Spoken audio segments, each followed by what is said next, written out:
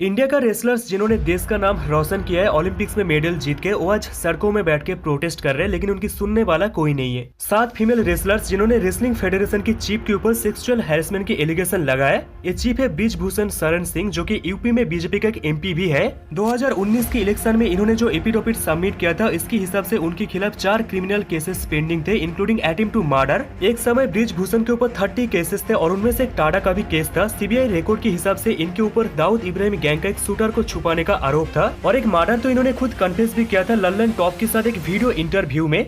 मेरे जीवन में मेरे हाथ से एक हत्या हुई है। लोग जो कुछ भी कहें, मैंने एक हत्या की है। जिन 7 रेसलर्स ने कंप्लेन किए थे, इनमें से एक माइनर है और इस प्रोटेस्ट के फोर फ्रंट में जो रेसलर्स रहे, ये सभी बहुत बड़े बड़े नाम है। सक्सी मालिक, विनेस फोगट एंड बजरंग पुनिया, जिन्होंने Olympics games, Asian games, Commonwealth and world championship जैसे टूर्नामेंट में हमारे देश के लिए बहुत सारे मेडल्स जीते हैं और हमारे देश का नाम रोशन किया है। लेकिन शायद आज के बाद कोई भी फीमेल रेसलर्स भारत के लिए ओलंपिक्स मेडल नहीं ला पाएगा, क्योंकि शायद हमारे सिस्टम हमारे खिलाड़ियों का इज्जत नहीं करता है। क्योंकि इस प्रोटेस्ट के लगभग 4-5 महीना गुजर जाने के बाद, बहुत डिले करने के बाद, सुप्रीम कोर्ट के ऑर्डर पर 28 अप्रैल को ब्रिजभूषण शरण सिंह के अगेंस्ट दिल्ली पुलिस ने 2 एफआईआर दर्ज किया है। क्योंकि रेसलिंग फेडरेशन के प्रेसिडेंट ब्रिजभूषण सिंह ने कहा कि सारे एलिगेशन बिल्कुल भी बेबुनियाद है। अगर एक भी लड़की ये प्रूव करती है कि मैंने कुछ गलत किया है तो मुझे फांसी पर चढ़ा दिया जाए। उनके ये कहना है कि जो भी रेसलर्स इस प्रोटेस्ट में पार्टिसिपेट कर रहे हैं, उसके बाद भारत के लिए कोई भी मेडल नहीं ला पाएगा, क्योंकि रियलिटी ये है कि वो कुछ नियमों से नाराज है और उसी फ्रस्ट्रेशन में वो ये प्रोटेस्ट कर रहे हैं। और ये प्रोटेस्ट कोई बड़ा बिजनेसमैन है जो स्पॉन्सर कर रहे हैं। और उन्होंने ये भी कहा था कि सारे रेसलर्स प्रोटेस्ट नहीं कर रहे, सिर्फ कुछ ही रेसलर्स है जो प्रोटेस्ट कर रहे हैं। जिसके रेस्पॉन्स में बजरंग पुनिया ने खुद के इंस्टाग्राम आईडी में एक वीडियो पोस्ट किया था, ये दिखाते हुए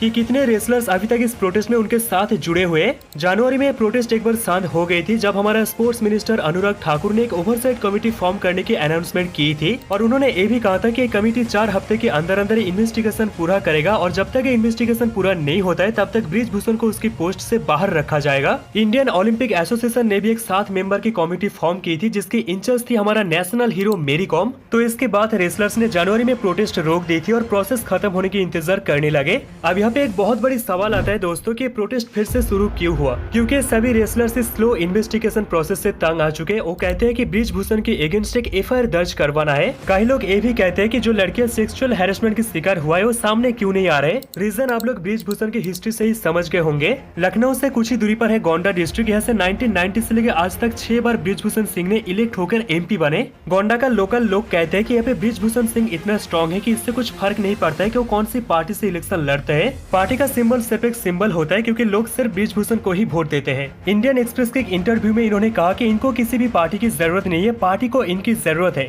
ऐसे पावरफुल इंसान के खिलाफ हमारे रेसलर्स ने जंग छेड़ी है, जो कि बिल्कुल भी आसान बात नहीं है। यहाँ पे रेसलर्स का एक पॉइंट काफी सही है। जब रेसलर्स मेडल जीतकर आते हैं तब हमारे लीडर्स उन्हें शाबाशी देता है, लेकिन जब वही रेसलर्स कोई भी प्रॉब्लम फेस करते हैं तब हमारे लीडर्स जाकर छुपकर बैठ जाते हैं और कोई भी एक्शन नहीं लेता है। ऐसे कोई भी एक्शन ना लेकर छुपकर बैठ जाने से किसका फायदा होगा ये तो पता नहीं, लेकिन नुकसान पूरा देश का होगा। बेहतर यही होगा कि रेसलर्स के सभी डिमांड्स अर्जेंटली सुना जाए और हायर ऑफिशियल इस केस को स्टडी करे और तुरंत कोई एक्शन ले, क्योंकि इस साल हमारे देश के लिए बहुत इंपॉर्टेंट है। क्योंकि इस साल भारत G20 का होस्ट है और इसलिए इस मुद्दों पे तुरंत एक्शन लेना बहुत जरूरी है। और इसके अलावा स्पोर्ट्स, जो कि एक मेल डोमिनेट फील्ड है, अगर वहाँ से ऐसे सेक्सुअल हैरेसमेंट की खबरें आने लगे तो क्या आने वाले टाइम में कोई भी पेरेंट्स अपनी लड़कियों को स्पोर्ट्स में भेजेगा? और अगर हम लोग स्पोर्ट्स में नहीं जाएंगे तो हम मेडल्स कैसे लाएंगे और हमारा देश आगे कैसे जाएगा? हमारे इस सिस्टम में प्रॉब्लम कहाँ है, गैप्स कहाँ है, सभी सवाल हमें खुद को पूछने का सख्त जरूरत है। क्योंकि जितनी खुशी हमें उन खिलाड़ियों को मेडल जीतने पर होती है, उतनी दुख हमें उन खिलाड़ियों को रास्ते पर देखकर होना चाहिए। और यही इंपॉर्टेंट बातें आप लोगों तक पहुँचाने से मुझे फर्क पड़ता है,